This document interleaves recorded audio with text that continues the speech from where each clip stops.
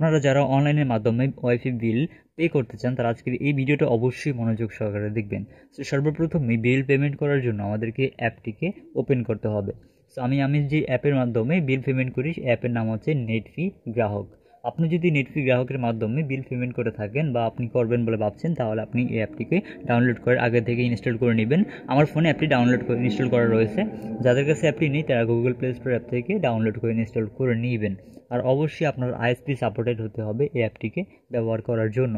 আপনার আইএসপি যে অ্যাপটি আপনাকে দিবে সেই অ্যাপের ভিতরে ঢুকবেন।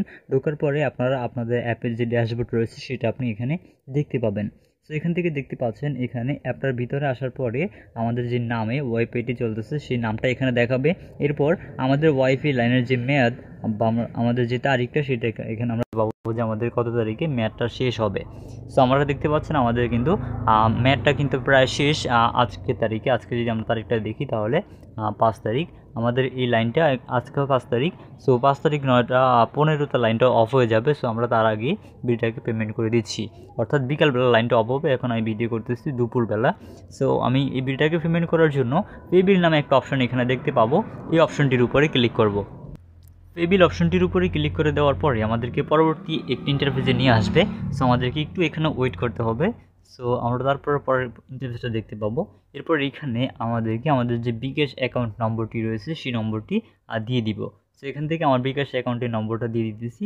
এখানে কিন্তু আপনারা একটা বিষয় দেখতে পাবেন, আপনার বিলটা কত টাকা সেটা এখানে রয়েছে এবং কোন কোম্পানির কাছে আপনি বিলটা পাঠাচ্ছেন সেই কোম্পানির যে মার্চেন্ট অ্যাকাউন্ট নাম্বারটা রয়েছে সেটা আপনি এখানে দেখতে পাচ্ছেন। সো এখান থেকে আমি আমার যে বিকাশ অ্যাকাউন্টের নাম্বার, অর্থাৎ যে নাম্বার থেকে আমি বিলটাকে পেমেন্ট করব সেই নাম্বারটা এখানে দিয়ে দিব। তো এখান থেকে নাম্বারটা দিয়ে দিলাম। দেওয়া হয়ে গেলে জাস্ট পরের স্টেপে যাওয়ার জন্য নেক্সটে ক্লিক করব। এরপর আমাদের ফোনে একটি ওটিপি কোড যাবে, সেই ওটিপি কোডটা আমাদেরকে এখানে লিখে দিতে হবে। সো আমি কোডটাকে সেন্ড করেছি, 6 ডিজিটের একটি কোড আমাদের মোবাইলে পাঠানো হবে, সেই কোডটা আমরা এখানে দিয়ে দিব। সো একটু অপেক্ষা করবো মেসেজটা আসা পর্যন্ত। সো মেসেজটা আসলে মেসেজ যে কোডটা থাকবে সেই কোডটা আপনি এখানে দিয়ে দিবেন। সো এরপর আমাদের যে ওটিপি কোডটি আসবে সেই কোডটি আমরা এখানে দিয়ে দিব। দেওয়া হয়ে গেলে জাস্ট আবার নেক্সট অপশনটির উপরে ক্লিক করব। এরপর আমাদের যে বিকাশের যেই পিন নাম্বারটি রয়েছে সেই পিন নাম্বারটি আমরা এখানে দিয়ে দিব। সো আমার পিন নাম্বারটি এখানে দিয়ে দিচ্ছি। সো পিন নাম্বার দেওয়া হয়ে গেলে জাস্ট ডান অপশনটি রয়েছে, এরপর এটার উপরে ক্লিক করব। দেন আমাদের ভেরিফিকেশন সাকসেসফুল দেখাচ্ছে। এরপর একটু অপেক্ষা করলে আমাদেরকে দেখাবে আমাদের বিলটা কিন্তু পেমেন্ট করা কমপ্লিট হয়ে যাবে। সো এখানে একটু অপেক্ষা করতে হবে। দেখতে পাচ্ছেন এখানে কিন্তু টিক মার্ক দেখাচ্ছে এবং কিছুক্ষণ আগে আমরা এখানে দেখেছিলাম যে আমাদের যে কখন বিলটা শেষ হবে এবং সেখানে কিন্তু আমরা এখানে ডেটটা দেখতে পেয়েছিলাম।